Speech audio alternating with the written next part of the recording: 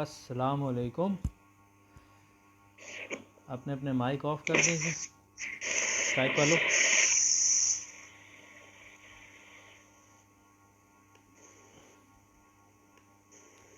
क्या हाल चाल है आप सब लोगों के? ठीक ठाक हैं? सबको शब मेराज भी मुबारक हो। Let's wait for couple of minutes. तब तक जो स्टूडेंट्स जितने स्टूडेंट्स ज्वाइन कर लें। आज तो मैंने 1 मिनट पहले ही कॉल कर लिए।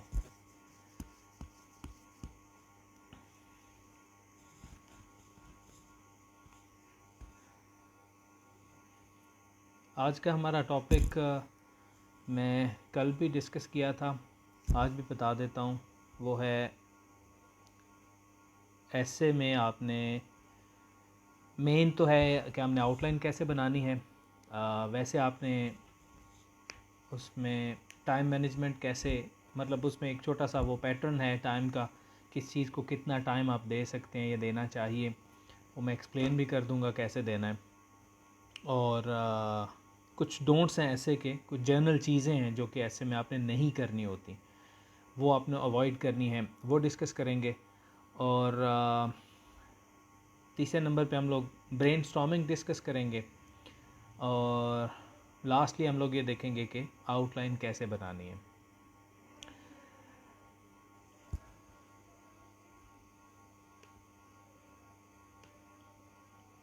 तो बहरहाल में 2 मिनट हो गए हैं, 1 मिनट हुआ है, 1 मिनट और सही, 1 मिनट और वेट कर लेते हैं। टॉपिक सिलेक्शन CSS के ऐसे की इज़ वेरी क्रूशल। बेसिकली अगर आपको मैं 8 या 10 दूँ ना टॉपिक्स, और आपको बोलूँ कि इसके इनमें से किसी एक के ऊपर आप ऐसे लिखो या कोई भी अपना राइट अप लो, तो मैं वहाँ पे आपको ना सिर्फ उस ऐसे में और उसके राइट अप में और इस तरह की चीज़ों में जज कर लूँगा। The very first thing I will see in you guys is कि आप उसमें से टॉपिक कौन सा चूज़ करते हो। जो टॉपिक आप चूज़ कर रहे हो वो आपकी एबिलिटीज़ किसी हद तक शो कर रहा होता है, वो आपकी रीडिंग कैपेबिलिटीज़ शो कर रहा होता है, आपने क्या क्या पढ़ा हुआ है, किस चीज़ में आपकी इंटरेस्ट है, वो शो कर रहा होता है। आप किस हद तक किसी चीज़ को एक्सप्रेस कर सकते हो, वो लेटर ऑन स्टेजेस पे जाके वो जज होगा। लेकिन इनिशियली आपका ऐसे सिलेक्शन आपकी लाइक्स और डिसलाइक्स बताता है as far as reading is concern और राइटिंग इज़ कंसर्न। आपकी एक्सपर्टीज़ शो करता है। ऑब्वियसली आप जो फील्ड जो टॉपिक चूज़ करेंगे, आप अपने आप को उसमें बेहतर समझते हैं सबसे, बाकी तमाम टॉपिक्स में से उसमें सबसे बेहतर समझते हैं, इसीलिए आपने वो चूज़ किया।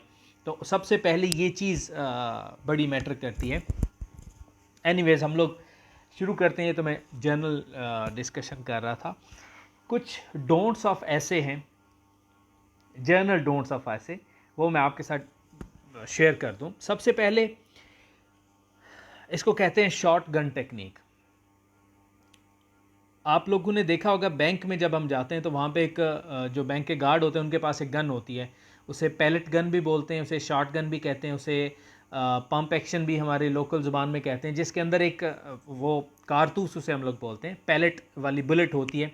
एक बुलेट के अंदर मल्टीपल बुलेट्स होती हैं आगे, मतलब एक सिंगल बुलेट के अंदर 60-70 वो छोटे छोटे मेटल के पैलेट्स होते हैं गोल से। ये जो हमारे इधर कश्मीर में भी यूज़ हो रही थी पैलेट गन्स सिविलियंस के ऊपर, वो बेसिकली आप क्लोज रेंज के लिए, सेकेंडली वो गन आप तब यूज़ करते हो when your target is moving, when you are not sure about target कि उसने रुकना किस जगह पे है। मसला आपने किसी परिंदे का शिकार करना है, आपने किसी खरगोश का शिकार करना है जो मूव कर रहा है, तो आप उसके लिए वो वाली gun most of the times use करते हो। किस उम्मीद के साथ? इस उम्मीद के साथ कि उसमें जो आपके पास टोटल अवेलेबल मटेरियल है वो 72 पैलेट्स आपके पास जो उसके अंदर मौजूद हैं, इस उम्मीद के साथ आप हिट करते हो कि वो 72 के सारे जाएंगे और उनमें से कोई एक जाके टारगेट को हिट कर देगा। अब यही शॉटगन टेक्निक लोग ऐसे में भी अपनाते हैं। कैसे? कि मतलब एक टॉपिक आ गया, जब भी CSS में कोई टॉपिक आता है तो ऑब्वियसली उस टॉपिक का, उस फील्ड का कोई एक एस्पेक्ट, कोई माइनर सा छोटी सी एक चीज़ उन्होंने पूछी होती है कि वो उसके बारे में आप बताइए। अब आपके पास ऑल दैट यू हैव, जितना नॉलेज आपके पास है, आप वो सारे का सारा वहाँ पे डिलीवर कर आते हो। मोस्ट ऑफ द स्टूडेंट्स ये काम करते हैं। मतलब अक्सर औकात जो डेमोक्रेसी के ऊपर आंसर लिखे हुए मुझे मिलते हैं, जो आउटलाइंस मिलती हैं, उनमें उन्होंने लिखा हुआ होता है जी कि डेमोक्रेसी आई कहाँ से, डेमोक्रेशिया कौन कौन से वर्ड्स ग्रीक से और कहाँ कहाँ से ये कॉन्सेप्ट कहाँ से इवॉल्व हुआ, ये वो फलान टिमकान। मतलब हर टॉपिक में डेमोक्रेसी के रिलेटेड जो भी टॉपिक है ना, उसके अंदर उन्होंने वो लाजमी डालना है। डेमोक्रेसी इवॉल्व कैसे हुई, कैसे वेस्टर्न कंट्रीज़ में आगे बढ़ती गई, कैसे हमारे अभी तक नहीं बढ़ी, ये सारी इन्फॉर्मेशन सब ने लिखनी है। इसको क्या कहते हैं? इसको कहते हैं शॉटगन टेक्निक, कि किसी चीज़ के बारे में ऑल दैट यू नो, वो सब कुछ ही आप वहाँ पे लिख के आ जाओ, इस उम्मीद के साथ कि पेपर चेकर को, एग्जामिनर को कोई पॉइंट्स तो बीच में से पसंद आएंगे। जैसे वो शिकार में है कि इन बुलेट्स में से कोई सी एक बुलेट तो जाके अपने टारगेट पे हिट करेगी, वैसे ही आप इधर उम्मीद रखते हो कि कोई तो एक वो एग्जामिनर के दिल पे जाके हिट करेगा कि दिस इज़ द पॉइंट, ये इसने बड़ी अच्छी बात की है, out of all those points. ये काम आपने ऐसे में नहीं करना होता। You are not suppose to write everything that you know about that certain topic. सिर्फ वो चीज़ लिखिए, वो एस्पेक्ट लिखिए जो उसने पूछा है। पहला ये डोंट था। दूसरा ये, अक्सर औकात इंट्रोडक्टरी पैराग्राफ लिखते हुए स्टूडेंट से काम करते हैं कि टॉपिक पे बात करने से पहले वो एक तमहीद बांधते हैं बाकायदा। Before talking about the topic let us discuss this, let us discuss that, या थोड़ी सी हिस्ट्री में जाकर उसकी कोई एक्सप्लेनेशन देने की कोशिश करते हैं। उसके बाद वो डायरेक्टली मेन टॉपिक पे आके हिट करेंगे। ये काम आपने नहीं करना। ये जब आप स्पीच कर रहे होते हो उसमें आप हिस्टोरिकल एविडेंस, इंट्रोडक्शन की मैं बात कर रहा हूँ, जर्नली बात नहीं कर रहा, बॉडी ऑफ द पैराग्राफ की बात नहीं कर, बॉडी ऑफ द एसे की बात नहीं कर रहा, इंट्रोडक्टरी पैराग्राफ की बात कर रहा हूँ। तो डायरेक्टली आपने उस एसेंस के बारे में बात करनी है, उस टॉपिक को डायरेक्टली आपने हिट करना है जिस टॉपिक के ऊपर आपका ऐसे आया है।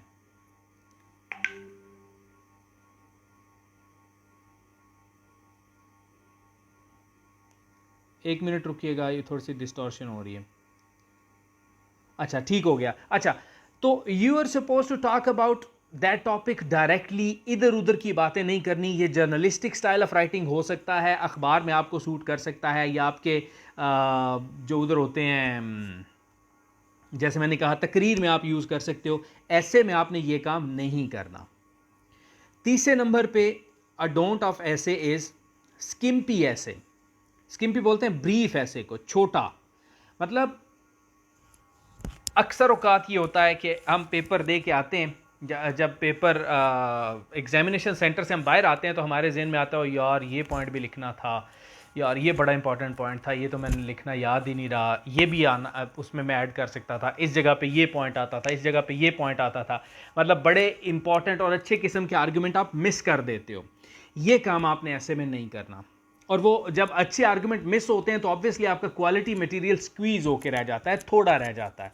तो अगर उसने, एग्जामिनर ने आपसे मांगा है 2500 to 3000 वर्ड्स, तो इतने तो मैं एक्सपेक्ट नहीं करता आपसे कि आप 1.5-2 घंटे में इतने वर्ड्स लिखें। हाँ, मैं ये एक्सपेक्ट करता हूँ कि 2200 से 2500 के बीच में आप वर्ड्स लाजमी लिखें। इससे छोटा जो आपका ऐसे है ना 1500-1800 वर्ड्स का, वो ब्रीफ ऐसे काउंट होगा, वो छोटा काउंट होगा। जब आप ये ऐसे लिख चुके हैं, अभी जबकि आप प्रैक्टिस कर रहे हो, तो once you are done writing, ask yourself, अपने आप से पूछिए व्हाट इज मिसिंग, इसमें क्या चीज़ मिसिंग है जो इसके अंदर होनी चाहिए थी। फॉर एग्जाम्पल, आपने अभी एक ऐसे लिखा और उसके बाद आप कहीं बाहर चले गए, कहीं किसी और काम में मशगूल हो गए, आपको अचानक कोई पॉइंट याद आया कि यार ये पॉइंट इस ऐसे में होना चाहिए था। अपनी आदत बना लीजिए, अपने मोबाइल के नोट्स निकालें और उसमें वो पॉइंट लिख लें। फिर जब आप वापस राइटिंग पे आएँ, राइटिंग प्रैक्टिस पे आएँ, तो पहले अपनी वो पिछली चीज़ को करेक्ट कीजिए।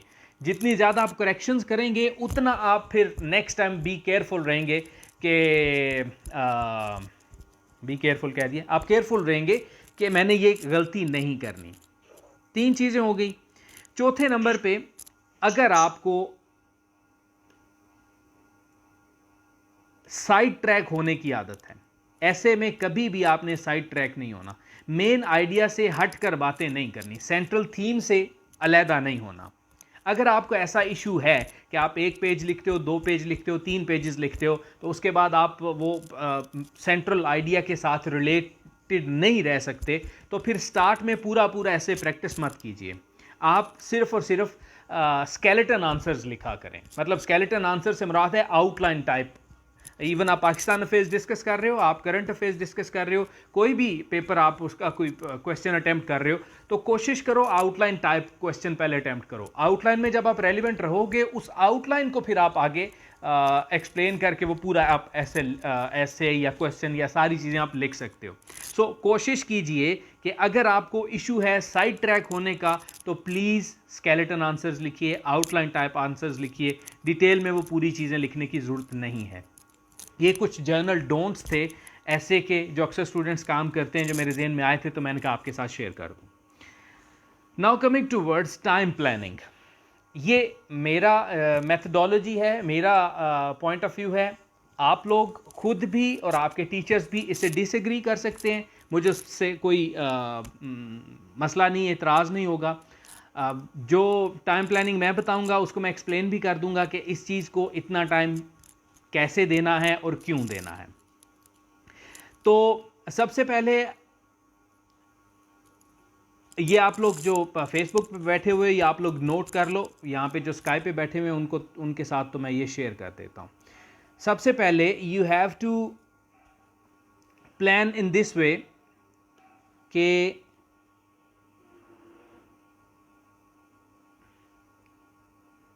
एक सेकंड रुक जाइए। सिलेक्शन ऑफ टॉपिक के ऊपर 10 मिनट देने हैं आपने। अब ये 10 मिनट क्यों देने, आगे जाके मैं एक्सप्लेन करूंगा कि मतलब आप तो 5 मिनट में, 2 मिनट में टॉपिक सेलेक्ट कर लेते हो, 10 मिनट की क्या ज़रूरत है उसके ऊपर वेस्ट करने की। वो आगे जाके मैं एक्सप्लेन करता हूँ कि क्यों आपने देने हैं। ये कौन छींके मार रहा है, अपना माइक ही ऑफ कर दिया करो ये रहा आके। अच्छा, दूसरे नंबर पे आपने ब्रेनस्टॉर्मिंग के लिए, ब्रेनस्टॉर्मिंग होती क्या है और वो कैसे करनी है वो भी आगे जाके एक्सप्लेन करता हूँ, उसके लिए भी आपने 10 मिनट रखने हैं। तीसरे नंबर पे सिलेक्शन ऑफ मटेरियल, जो आप अपने दिमाग से मटेरियल निकालेंगे, एंड स्ट्रक्चर ऑफ ऐसे, उसके लिए आपने 20 मिनट्स रखते हैं।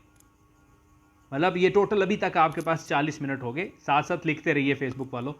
तीसरे नंबर पे आउटलाइन राइटिंग के लिए 10 मिनट्स मैंने मुख्तस किए हैं, और ये आगे आउटलाइन राइटिंग ये एंड पे आपके काम आएंगे, वो मैं एक्सप्लेन करूंगा एंड पे कैसे काम आएंगे। जो आपका राइट अप ऑफ ऐसे है, जिसमें आपने इंट्रोडक्टरी पैराग्राफ से लेकर ऑनवर्ड्स कंक्लूडिंग पैराग्राफ के आखिरी वर्ड तक जो आपने टाइम गुजारना है, उसके लिए 120 मिनट्स हैं, और रिवीजन के लिए आपके पास 10 मिनट है। अब इसको, इसमें से किसी चीज़ को आप माइनस करके किसी चीज़ को प्लस भी कर सकते हो, उसमें कोई इशू वाली बात नहीं है। जो मैंने कहा 10 मिनट आपने देने हैं सिलेक्शन ऑफ टॉपिक पे, अब उसको डिस्कस कर लेते हैं। Selection of topic is very important. जैसे कि मैं लेक्चर के स्टार्ट में बता चुका हूँ कि ये आपके बारे में रीडर को, पेपर चेकर को बहुत कुछ बताता है कि आप कौन सा टॉपिक किस हवाले से आप चूज़ कर रहे हो, ये आपका टॉपिक सिलेक्शन बताएगा। ये बहुत क्रूशल स्टेप है। ये इसलिए भी इंपॉर्टेंट है कि once you are done selecting your topic, आप 10 मिनट 20 मिनट गुजर गए, then there is no way back. ऐसा नहीं हो सकता कि आप थोड़ा सा ऐसे लिख लो, थोड़ा सा कोई टाइम उसमें से पास कर लो, और उसके बाद आप कहो नहीं जी ये टॉपिक तो मुझे सही नहीं आता था, ये दूसरा टॉपिक मैंने करना था, तो अब मैं वापस चला जाऊं या वापस चली जाऊं। वो आपके पास फिर ऑप्शन नहीं होगा। So that is why I said it is very crucial, you have to give it proper time. आप लोग ये जो स्काइप में बैठे हुए बाकी स्टूडेंट्स, आप लोग भी कोई नया स्टूडेंट ज्वाइन करे तो आप उसका माइक म्यूट कर सकते हैं। वो जो बीच में जितने स्टूडेंट्स बैठे हुए उधर जाके आप वो कर सकते हो, तो कर दिया करें प्लीज़। मुझे बार बार करना पड़ता है जो नया बंदा ज्वाइन करता है, खुद तो इनको अकल आती नहीं है। अच्छा, इसको आप प्रॉपर टाइम दीजिए सिलेक्शन ऑफ टॉपिक को। इसके बारे में बाकायदा सोचिए। समटाइम्स ऐसा होता है, बल्कि मोस्ट ऑफ द टाइम्स ऐसा होता है कि आप 2 या 2 से ज़्यादा टॉपिक्स में कंफ्यूज होते हैं। मतलब आपको एक टॉपिक कोई डेमोक्रेसी से रिलेटेड है, एक कोई पॉवर्टी से रिलेटेड है, तीसरा कोई पॉलिटिक्स से रिलेटेड है, चौथा कोई इंटरनेशनल रिलेशन से रिलेटेड है, और आपको इनमें से 3 में आप कंफ्यूज हो या 2 में कंफ्यूज हो, तो उसके लिए बेहतरीन तरीकाकार ये है कि ऑब्वियसली पहले 1-1.5 मिनट में आप सारे टॉपिक पढ़ लोगे, आपको इतना आइडिया हो जाएगा कि किसके बारे में आपके पास नॉलेज है, किसके बारे में नॉलेज नहीं है। पहले 2-3 मिनट में ही आपको ये भी आइडिया हो जाएगा कि किस टॉपिक से रिलेटेड कितना नॉलेज है आपके पास, सुपरफिशियल नॉलेज है या इन डेप्थ नॉलेज आपके पास है। अब 2 टॉपिक्स हैं जिनके बारे में आपके पास इन डेप्थ नॉलेज मौजूद है, डिटेल में आप उन दोनों टॉपिक्स को लिख सकते हो। आप अगर उनके बारे में कंफ्यूज हो, अपनी आंसरिंग शीट की बैक साइड पे चले जाओ, उनके पॉइंट्स लिखना शुरू कर दो। 8-10 पॉइंट एक के लिखो, 8-10 पॉइंट एक के लिखो। आपको खुद बहुत आइडिया हो जाएगा किसका क्वालिटी मटेरियल आपके पास मौजूद है। आपको ये भी आइडिया हो जाएगा कौन सा टॉपिक वर्थ इट है कि आप उसके ऊपर लिखें, और ये भी आइडिया हो जाएगा कि किसका लिमिटेड नॉलेज है। मतलब 3-4 पॉइंट्स के बाद आप एक टॉपिक पे आपकी बस हो जाएगी, दूसरे टॉपिक पे आपने 10-12 पॉइंट्स लिख लिए, so obviously you have to choose the second one. तो 10 मिनट रखे थे, लेकिन it's totally up to you, आप वो 10 मिनट रखो या ना रखो।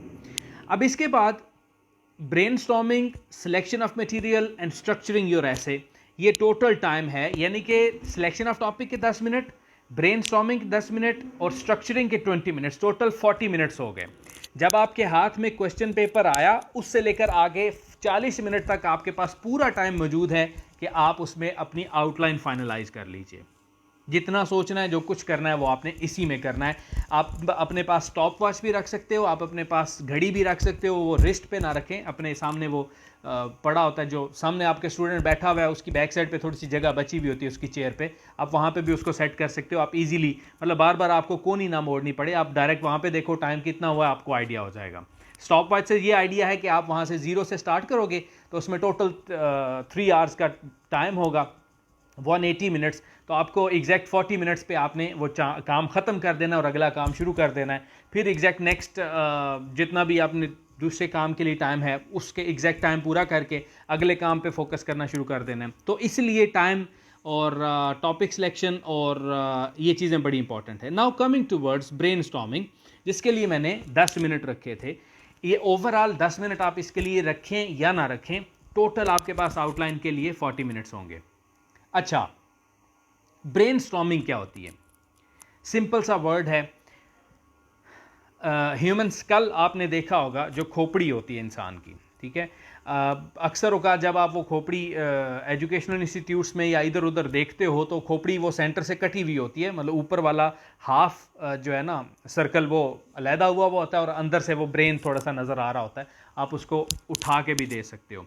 अब आपने ये सोचना है वो आपका ब्रेन है, उसके अंदर आपका वो आपने स्कल साइड पे किया, उस ब्रेन के अंदर आपने स्टॉर्म लेके आना है, उसके अंदर आपने तूफान लेके आना है। पंजाबी में हम लोग उसे कहते हैं वावरुल्ला। वो जो वर्ल टाइप बनता है ना, गोल सा, वर्लिंग दरवेश का भी कॉन्सेप्ट उसी से आया। ये जो हम लोग जिसे हरिकेन बोलते हैं, अक्सर मूवीज़ में भी हम लोग वो देखते हैं। आप जस्ट तसव्वुर कीजिए ये चीज़, आपने वो अपने ब्रेन के अंदर वो वाला तूफान लेके आना है। अब बेसिकली वो तूफ़ान है क्या? वो तूफ़ान आपका टॉपिक है जो आपने फाइनलाइज किया। You have given that topic to your brain. Now that topic is moving in each and every nook and corner of your brain, और वो उससे इंफॉर्मेशन कलेक्ट कर रहा है, उससे वो नॉलेज कलेक्ट कर रहा है, उससे जितना भी आपकी रीडिंग है, जो कुछ भी आपके पास है, वो सारी चीज़ें कलेक्शन हो रही हैं। आपने करना क्या है? आंसरिंग शीट की बैक साइड पे you have to start thinking and start writing about it. जो चीज़ें भी आपका ब्रेन आपको बता रहा है, just keep writing them rough format में। कोई लाइनें पे लिखने की जरूरत नहीं है, कोई ट्री बनाने की जरूरत नहीं है, कुछ भी लिखने की जरूरत है। बस एक इधर पॉइंट है, दाएं बाएं ऊपर नीचे सज्जे खब्बे, जिधर मर्जी आपका दिल करता है वो लिखते रहिए। Keep thinking and keep writing. ये simple sentence, keep thinking and keep writing, this is called brainstorming. You are not suppose to think if it is relevant और नॉट। आपने ये बिल्कुल नहीं सोचना कि ये पॉइंट जो मैं अभी सोच रहा हूँ या जो मैंने अभी पॉइंट लिखा है ये रेलिवेंट है या नहीं है, because your brain has capability to think about one thing at a time. आप एक वक्त में 2 चीज़ों के बारे में एट ए टाइम अपने ब्रेन को सोचने पे मजबूर नहीं कर सकते। So if you are thinking about topic तो you are thinking about that, लेकिन इफ़ यू स्टार्ट थिंकिंग कि मैं ये टॉपिक से रेलिवेंट है पॉइंट या नहीं है, तो आपका ब्रेन वो टॉपिक के बारे में सोचना शुरू कर देगा और उस सोचना छोड़ देगा और उस पॉइंट के बारे में सोचना शुरू कर देगा कि इसकी रेलिवेंस बनती है या नहीं बनती। सो आपने अपने ब्रेन को क्वेश्चन नहीं करना। Do not worry about time, do not panic. इर्द गिर्द के स्टूडेंट से आपने इन्फ्लुएंस नहीं लेना कि उसने तो इंट्रोडक्टरी पैराग्राफ भी लिखना शुरू कर दिया, ओहो इसने तो जनाब बॉडी ऑफ दी ऐसे भी लिखना शुरू कर दिया है, आगे वाले ने ये कर दिया, पीछे वाले ने ये कर दिया है। हर बंदा अपनी रेस में खुद चल रहा है। They are not going to influence you at this time, at this spot. आपका फेयर आपकी परफॉर्मेंस को इन्फ्लुएंस करेगा। So you don't have to fear. Do not worry about time and do not panic. Write whatever your mind recommends. Keep these ideas ऊपर नीचे दाएं बाएं। Do not not them in sequence yet. इस सारे process को brainstorming कहते हैं। जो आपने टॉपिक ब्रेन को दिया और ब्रेन ने आपको उसके बारे में जो जो इंफॉर्मेशन दी, चाहे रेलिवेंट है चाहे इररेलिवेंट है, इसको ब्रेनस्टॉर्मिंग कहते हैं। दूसरे नंबर पे इससे अगला स्टेप, ये हम अब आउटलाइन मेकिंग की तरफ जा रहे हैं। आप रफ साइड पे ये सारा काम कर रहे हो। Brainstorming is the first step. आपका ब्रेन जितने पॉइंट्स उसको पता है वो देगा, उसके बाद आपने अगले पॉइंट पे आना है। अगला स्टेप क्या है, इसको मैंने आप लोगों की सहूलत के लिए नाम दिया हुआ है जंबल्ड आउटलाइन। जब आप इनिशियली प्रैक्टिस कर रहे हो ना, अभी इस स्टेज पे जब आप लोग हो, नई नई प्रिपरेशन शुरू की है, तो आप इन चारों स्टेप्स में से गो थ्रू होंगे। लेकिन लेटर ऑन जब आपकी प्रैक्टिस ज़्यादा हो जाएगी और आप अच्छा लिखना शुरू कर देंगे, किसी टीचर को आप चेक करवा रहे हो, कुछ भी कर रहे हो, तो फिर आप ये जंबल्ड आउटलाइन वाला बीच में से स्टेप निकल जाएगा, अगले स्टेप्स बीच में आ जाएंगे। 4 की बजाय आप 3 स्टेप्स पे अपनी आउटलाइन बना लिया करोगे। जंबल्ड आउटलाइन क्या होती है? सिंपली जो कुछ आपको ब्रेनस्टॉर्मिंग से मिला, जो भी पॉइंट्स 15, 20, 25, 40, 50 जितने भी पॉइंट्स मिले, उनको लाइनों में लिखना, सीक्वेंस में लिखना जंबल्ड आउटलाइन कहलाता है। मतलब एक पॉइंट उठाओ, उसको लिख दो, दूसरा उसको लिख दो, तीसरा, चौथा, पांचवा। यहां पे भी you are not suppose to worry about priority. आपने ये नहीं सोचना कि इनको मैं नंबरिंग दूं, ये भी नहीं सोचना कि ये रेलिवेंट है या नहीं रेलिवेंट। यहां तक अभी आपने रेलिवेंस को बिल्कुल इग्नोर कर देना है। फिर right all points, do not miss any. ये जब आप स्टेप कर रहे होंगे, जंबल्ड आउटलाइन जब आप लिख रहे होंगे, new ideas will emerge in your mind regarding that topic. आपकी जो वो चल रही होगी ना, ब्रेनस्टॉर्मिंग भी साथ साथ चल रही है, आपके जहन में नए आइडियाज भी आएंगे। उन आइडियाज को भी आप जंबल्ड आउटलाइन में साथ साथ ऐड करते जाएंगे। ये सेकंड स्टेप है, इसको कहते हैं जंबल्ड आउटलाइन। यहां तक समझ आ गई स्काइप वालों और फेसबुक वालों? आपको भी एक एक कमेंट करके आप मुझे बता सकते हैं कि आप लोग इंटरेक्ट कर रहे हैं मेरे साथ, आप लोग इंटरेस्टेड हैं, बोर तो नहीं हो रहे। गाना शाना सुना दूं बीच में आपकी इंटरेस्ट कायम रहे। स्काइप वाले सिर्फ एक बंदे को ही समझ आ रही है, बाकी फोत हो गए।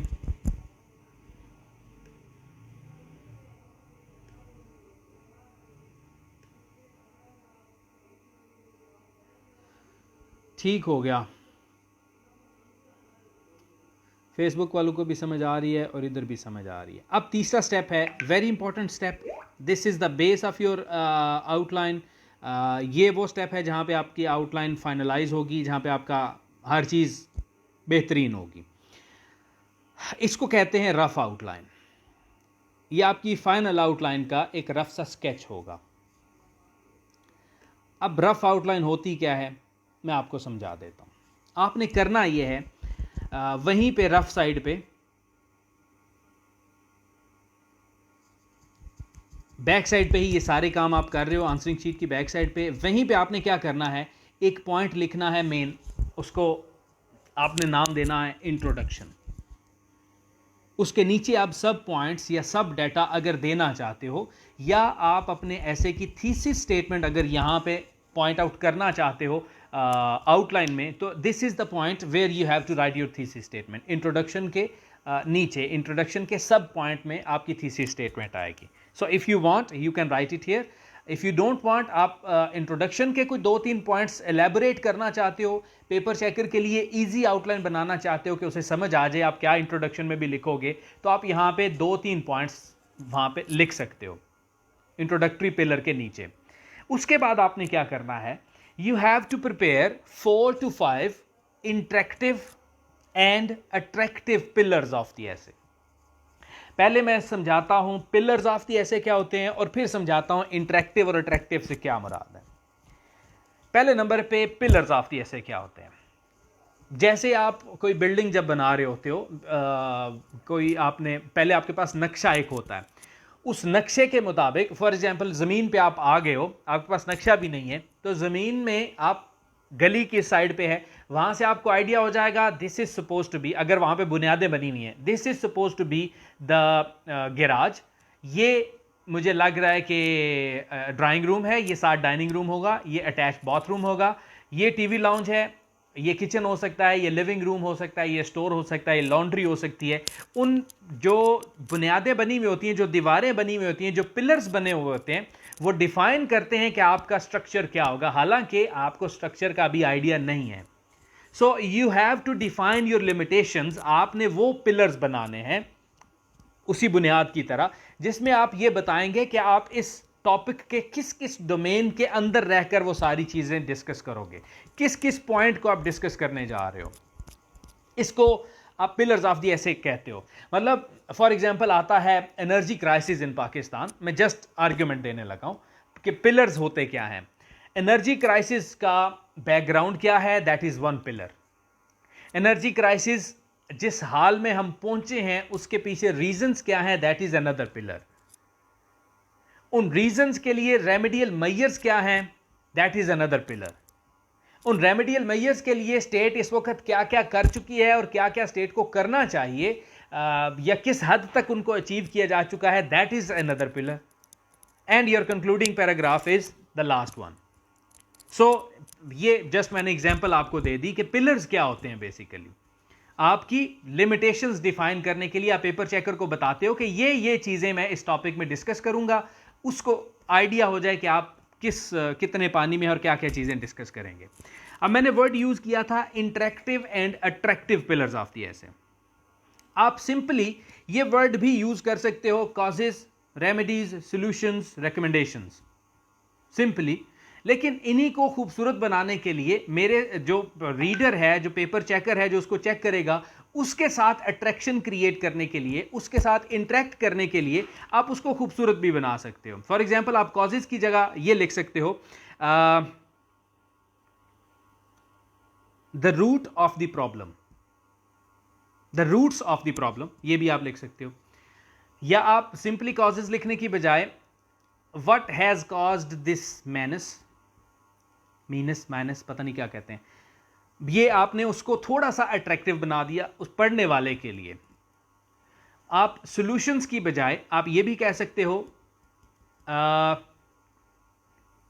How this can be mitigated, how this can be managed, the ways to move on, the way forward, इस तरह के आप टर्म यूज कर सकते हो। इसलिए मैंने वो वर्ड यूज किया था interactive and attractive pillars of the एसे।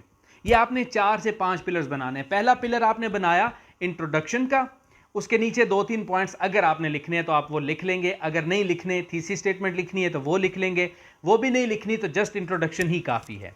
फिर आप अगला पिलर बनाएंगे, उसके नीचे 4-5 लाइनें खाली छोड़ देंगे।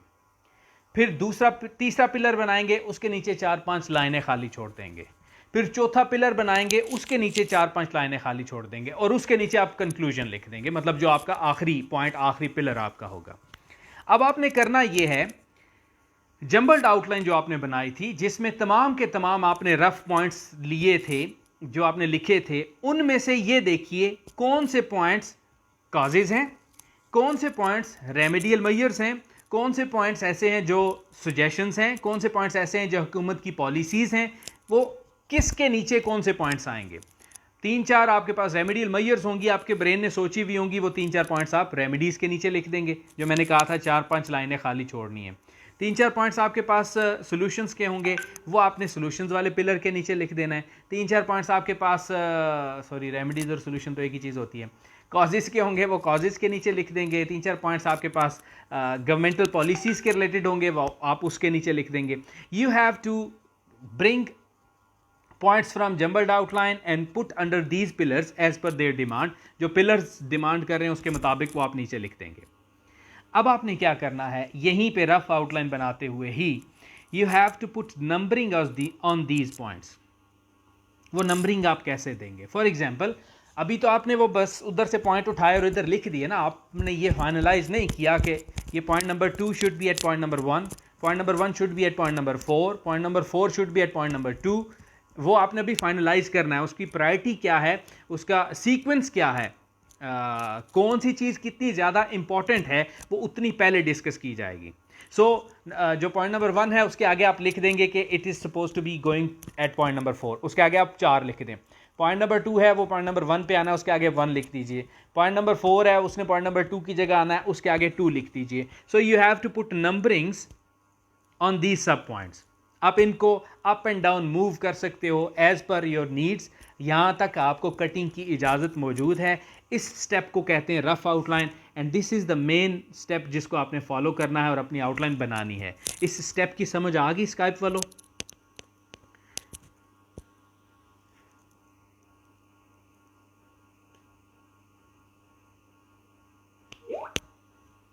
ठीक हो गया। अब आते हैं आखिरी पॉइंट की तरफ आज के लेक्चर का, that is your final outline. ये सारे का सारा काम जो अभी तक मैंने आपको बताया है, ये आपने पहले 40 मिनटों में करना है।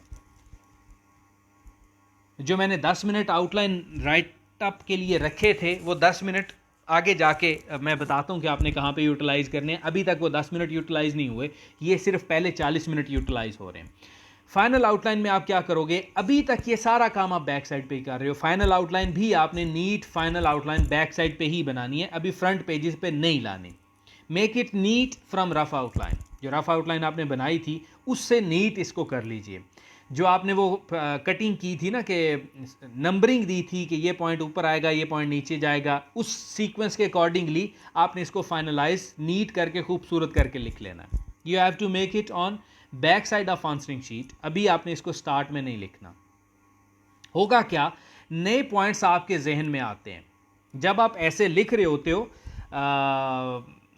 शुरू में आपने इंट्रोडक्टरी पैराग्राफ लिख लिया, उसके बाद बॉडी ऑफ द ऐसे के आप डिफरेंट आर्ग्यूमेंट्स आप लिख रहे हो, उस दौरान आपके जहन में बड़े इंपॉर्टेंट पॉइंट्स आते हैं। उस दौरान आपके जहन में बड़ी लॉजिकल आर्ग्यूमेंट्स आते हैं जो वैसे आपकी आउटलाइन का हिस्सा नहीं थे। तो अगर आप पहले ही अपनी आउटलाइन शुरू में लिख चुके हैं और उसके फ़ौरन बाद आप अपना इंट्रोडक्टरी पैराग्राफ शुरू कर चुके हैं, you will not have any chance कि आप कोई नया पॉइंट उसमें ऐड अप कर सकें उस आउटलाइन में।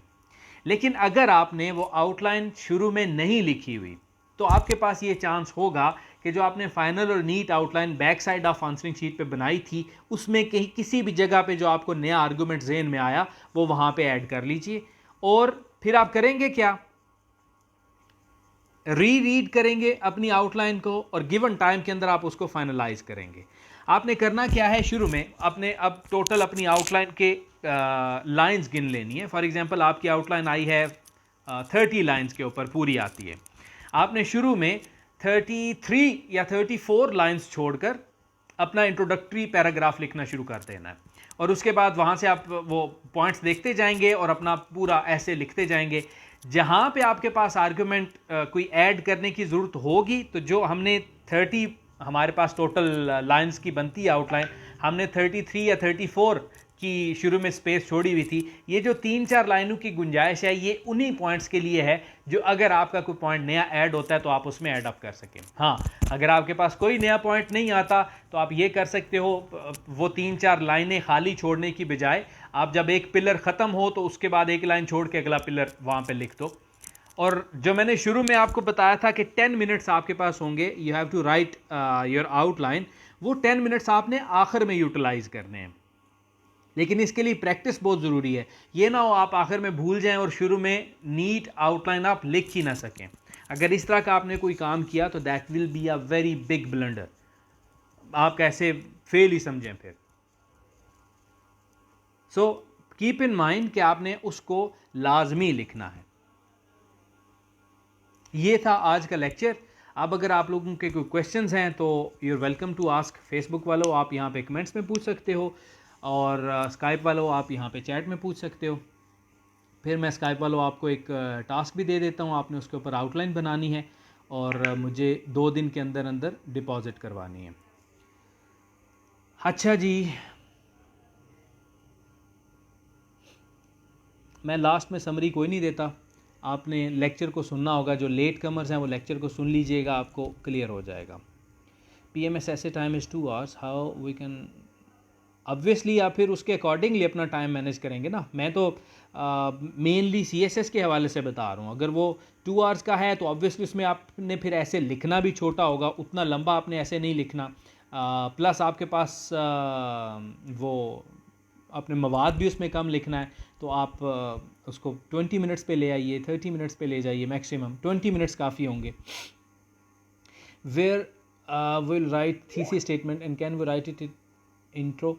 थीसिस स्टेटमेंट की जो मेन जगह है असूली तौर पर वो इंट्रोडक्टरी पैराग्राफ के लास्ट 2-3 सेंटेंसेस आपकी थीसिस स्टेटमेंट होती है। आउटलाइन के अंदर भी अगर आप वो इंट्रोडक्शन वाला जो मैंने पिलर बताया उसके नीचे लिखना चाहें तो आप लिख सकते हैं।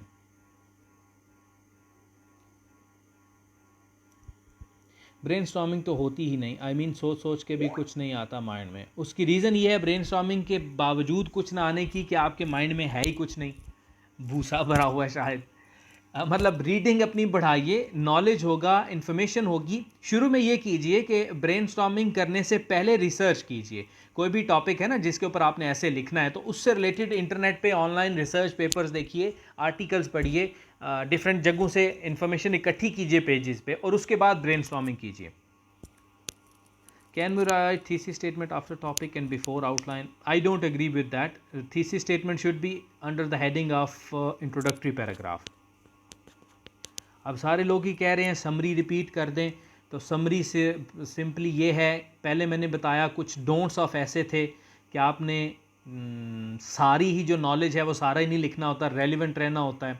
आपने टॉपिक में इंट्रोडक्टरी पैराग्राफ में डायरेक्टली टॉपिक को हिट करना होता है, इधर उधर की बातों से शुरू नहीं करना होता। फिर मैंने बताया कि आपने ब्रीफ ऐसे छोटा, लेंथ में छोटा नहीं होना चाहिए आपका ऐसे। और फिर मैंने ये भी बताया कि आपको साइड ट्रैक नहीं होना चाहिए। अगर आपको ऐसी आदत है तो साइड ट्रैक होने की, तो skeleton answer, outline type answers लिखा करें। फिर मैंने टाइम प्लानिंग बता दी, वो अब मैं उसकी डिटेल में नहीं जाता। मैंने बताया कि टॉपिक सिलेक्शन क्यों इम्पॉर्टेंट होती है, उसको आपको क्यों टाइम देना चाहिए, और अगर आपके पास 2 टॉपिक्स हैं तो उनमें से आपने कैसे उनको फाइनलाइज करना है। फिर मैंने 4 स्टेप्स बताए आउटलाइन बनाने के। पहला स्टेप बताया ब्रेनस्टॉर्मिंग का, जिसमें आपने सिर्फ सोचना होता है और लिखना होता है। दूसरा स्टेप जंबल्ड आउटलाइन का था, जिसमें वो ब्रेनस्टॉर्मिंग वाले सारे पॉइंट्स को सीक्वेंस में लिख देते हो आप। तीसरा स्टेप आपका रफ़ आउटलाइन का है, जो कि आपकी मेन एफर्ट है आपकी आउटलाइन मेकिंग में। और चौथा और लास्ट स्टेप आपका फाइनल आउटलाइन का है, वो रफ़ आउटलाइन की ही फाइनलाइज्ड फॉर्म होती है। इंट्रोडक्शन और थीसिस को एलैबोरेट कर दें प्लीज़, डिफरेंसेस और similarities. Thesis statement is your policy about the topic, your stance about the topic, your say about the topic. आप उस टॉपिक को किस समत में लेकर जाना चाह रहे हैं, उसको थीसिस स्टेटमेंट कहते हैं। और इंट्रोडक्शन ऑब्वियसली उसका ब्रीफ, आपके जहन में जो बातें हैं उसका नॉलेज जो आपके बारे में आपके पास है उसके बारे में, वो इंट्रोडक्शन कहलाएगा। If you don't have any more pointers हैं to add in the final outline, how are we going to fill the empty space? empty space के मैंने बारे में बताया ना, जो आपने पिलर्स बनाए हैं ना, एक पिलर्स को और दूसरे पिलर को जोड़ के ना लिखें। एक पिलर जहाँ पे एंड होता है उसके बाद एक लाइन छोड़ दें, दूसरा पिलर लिखें। फिर दूसरा पिलर जहाँ पे एंड होगा वहाँ पे एक लाइन छोड़ के तीसरा पिलर लिख दें। वो खूबसूरत भी लगेगा, स्पेशियस भी लगेगा और अच्छा भी लगेगा। स्काइप के लिए आप मुझे मैसेज कर दीजिएगा जी, मैं आपको डिटेल्स बता दूंगा। How to maintain the volume of words in each paragraph accordingly an outline. मुझे आपका क्वेश्चन समझ नहीं आया सुहेल, प्लीज़ रिपीट कर दीजिएगा।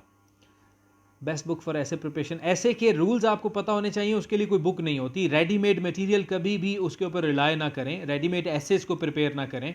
आपके पास नॉलेज होना चाहिए, इन्फॉर्मेशन होनी चाहिए, और ऐसे के रूल्स पता होने चाहिए, और आप खुद लिख लेंगे। जो मेरा स्काइप सेशन है इसका, ये वैसे इसकी डिटेल्स बता देता हूँ। हर स्टूडेंट को वीक में 2 आउटलाइंस मैं देता हूँ, जिसके ऊपर उसने आउटलाइन बनानी होती हैं और मुझे सबमिट करवानी होती हैं। वो मैं इवैल्यूएट करता हूँ विद इन दैट वीक, और हर 3 दिन के बाद। और हर दूसरे दिन आपने एक प्रेसी लिखनी होती है, वो भी मैं इवैल्यूएट करता हूँ। और वैसे तो ये 1 महीने में हमारे लेक्चर्स और फर्स्ट सेशन ख़त्म हो जाएगा जिसमें आपके इवैल्यूएशंस होती हैं। उसके बाद मेरे पास 8-10 स्टूडेंट्स ऐसे हैं जो कंटिन्यूसली पूरा साल इवैल्यूएशन करवाते हैं और करवाएंगे, तो वो आपका ऑप्शनल होता है। आप कंटिन्यूटी उसमें चाहें तो रख सकते हैं, आप छोड़ना चाहें तो आप छोड़ सकते हैं। मैं कोई इसमें ढकी छुपी बात नहीं है। इस सारे प्रोसीजर के लिए जिसमें लेक्चर्स भी, इवैल्यूएशंस भी, और मेरी इवैल्यूएशंस जो होती हैं वो बड़ी रिगरस इवैल्यूएशंस होती हैं। Each and every word, each and every spelling mistake, grammatical error, tenses का एरर, हर चीज़ मैं मेंशन करता हूँ। उसके इस टोटल के लिए मैं पर मंथ 5000 चार्ज करता हूँ। अच्छा जी, इंट्रोडक्टरी पैराग्राफ की length, next lecture introductory paragraph के ऊपर होगा, उसमें मैं लेंथ के बारे में बताऊंगा। मोस्ट प्रोबेबली परसों होगा वो लेक्चर, लेकिन मैं पहले CSS क्लब में बता दूंगा। इंट्रो को हम तब डिस्कस कर लेंगे। What is ideal length of the essay according to the limit given by the authority. उन्होंने 2500 से 3000 वर्ड्स मांगे हुए होते हैं। कोटेशन से स्टार्ट कर सकते हैं। मैं इंट्रोडक्टरी पैराग्राफ में आपको बताऊंगा, अगर आपकी कोटेशन डायरेक्टली टॉपिक को हिट कर रही है और very relevant to the main idea, जो मेन स्टांस है उसका, उससे बड़ी रेलिवेंट है, फिर आप शुरू कर सकते हो, अदरवाइज नहीं। Can we share a model of essay? नहीं, मैं नहीं शेयर करूंगा। आप लोग लिखेंगे, आपको एक आउटलाइन का टॉपिक दूंगा, उसके ऊपर आप आउटलाइन बनाएंगे और वो आप मुझे सबमिट करवाएंगे, फिर मैं उसके ऊपर आपको आउटलाइन बना के दिखाऊंगा। मैं आपको टॉपिक दे देता हूँ। Thucydides trap, America and China moving towards a war, ये क्वेश्चन मार्क है। Thucydides trap, are America and China moving towards a war, या is America and China, are ही ठीक होगा, मूविंग टुवर्ड्स अ वॉर, ये आपका टॉपिक है। You have 2 days to research on it. आपने इसको, आज है 8 अप्रैल है, 9 और 10 का आपके पास टाइम है। 11 अप्रैल को ये आपने सबमिट करवानी है व्हाट्सएप ग्रुप में। अच्छा जी, थीसिस स्टेटमेंट अंडर इंट्रो लिखेंगे, इंट्रो के पॉइंट आउट कैसे लिखेंगे, एनी एग्जांपल्स? अगर आपने इंट्रो के पॉइंट्स लिखने हैं तो पहले आप इंट्रो के 1-2 पॉइंट्स लिखेंगे, उनके नीचे आप थीसिस स्टेटमेंट लिखेंगे।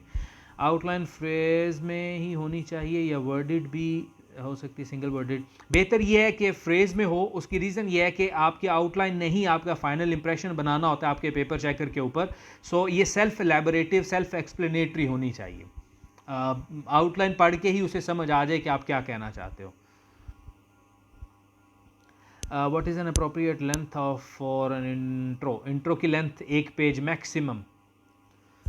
How long it should be, like minimum maximum? Aman Nazir, किस चीज़ की लेंथ आप पूछ रहे हो? ऐसे की टाइप्स, आई डोंट नो ऐसे की टाइप्स। सर आप डेली कोई टॉपिक क्लियर नहीं करवा सकते? नहीं, ऐसा नहीं हो सकता, इतना टाइम नहीं होता मेरे पास। कितने पारस होने चाहिए? पारस पता नहीं क्या है। थीसिस स्टेटमेंट की lines, thesis statement 2 maximum 10 sentences पे थीसिस स्टेटमेंट हो तो काफ़ी है। कौन से टॉपिक्स बेस्ट रहते हैं? मोस्टली आपकी इंटरेस्ट पे वैसे डिपेंड करता है, लेकिन मैं देखता हूँ या हिस्ट्री बेस्ड या फिर ये जो आपकी सोशल साइंसेस की बेस्ड है। इंट्रो के फर्स्ट सेंटेंस को थीसिस स्टेटमेंट लिख सकते हैं? नहीं, फर्स्ट सेंटेंस में थीसिस स्टेटमेंट नहीं होगी। इंजमाम, नहीं, मुझे ऐसा कोई टॉपिक नहीं पता। कंक्लूजन ऑफ ऐसे के ऊपर मैं लेक्चर दूंगा और ये सारे लेक्चर CSS क्लब में लाइव होंगे। इस्माइल, आपके पास सॉरी वो अपॉर्चुनिटी नहीं है कि आप वो टॉपिक, मैंने टॉपिक वैसे दे दिया, लेकिन वो स्काइप, वो जो मेरे पास ग्रुप जो स्टूडेंट्स पढ़ रहे हैं उन्हीं के लिए है वो। I am Nasir from Lahore, मुझे भी बता दें। इंट्रोडक्शन पे मैं बता रहा हूँ कि मैं लेक्चर लिखूँगा। वर्ड्स कितने होने चाहिए ईच पैराग्राफ में, और मिनिमम और मैक्सिमम वर्ड्स ऐसे में? मिनिमम 2200, मैक्सिमम 2500 वर्ड्स सोहेल साहब। और ईच पैराग्राफ में आपने सिमेट्री रखनी है।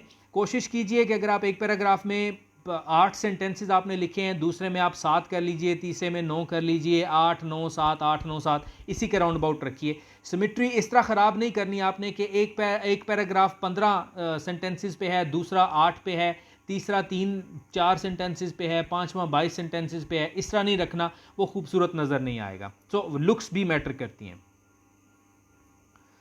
जाफ़र साहब, मेरी टाइमलाइन पे मेरा नंबर लिखा हुआ, आप मुझसे कांटेक्ट कर सकते हैं। Necessary to write using rich vocabulary, नहीं, ज़रूरी नहीं है।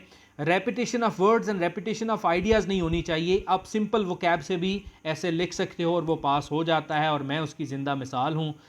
It doesn't matter. How to get into WhatsApp group, मैंने बता दिया है सारी डिटेल्स पहले ही। क्लासेस लेने के लिए मेरे मोबाइल नंबर पर रब्ता कर लीजिए, मेरी प्रोफाइल में मेरा मोबाइल नंबर दिया गया है, उसके ऊपर आप रब्ता कर सकते हैं। आप जिस राइटअप, जिस पेन या पेंसिल से एक चीज़ लिख रहे हो, उसी पेन या पेंसिल से आपने पूरी आउटलाइन बनानी है। References most of the times quotes होती हैं, मतलब कोटेशंस होती हैं किसी की, या आप किसी सर्वे का रेफरेंस देते हो, या आप किसी रिसर्च पेपर का रेफरेंस देते हो। तो उसमें दो तरीकाकार हैं, या आप तो राइटर का नाम लिख के आप ये कह सकते हो उसने ये कहा, ही सेड दैट, आगे इन्वर्टेड कामाज में उसकी बात कह दें, या फिर पूरी बात इन्वर्टेड कामाज में लिख के आगे ब्रैकेट में उसका नाम लिख के, या बुक का रेफरेंस आप ब्रैकेट में लिख सकते हो कि इससे आपने ये बात ली है। मलिक जाफ़र साहब, 0345999400, ये मेरा कॉन्टैक्ट नंबर है, मेरे साथ आप लोग रब्ता कर सकते हैं। 0345999400।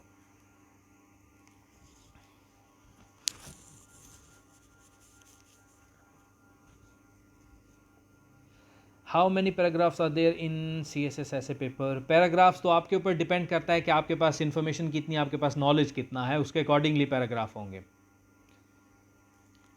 अपना ध्यान रखिए, खुशबाश रहिए। फेसबुक वालों, आपके मज़ीद कोई क्वेश्चन हुए तो इधर कमेंट सेक्शन में दे दीजिएगा, मैं उसको रिस्पॉन्ड कर दूंगा।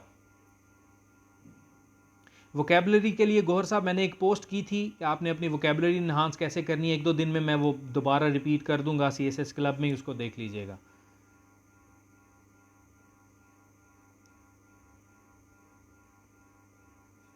इन्फॉर्मेशन ज़्यादा इंपॉर्टेंट है जी, आपका पर्सनल एनालिसिस। हाँ, पर्सनल एनालिसिस अगर रेफरेंस बेस्ड एनालिसिस है, ज़ाती राय से हट कर विद रेफरेंसेस अगर आप बात करते हो तो वो ज़्यादा इंपॉर्टेंट होगा। अपना ध्यान रखें, खुशबाश रहें, अल्लाह हाफिज़।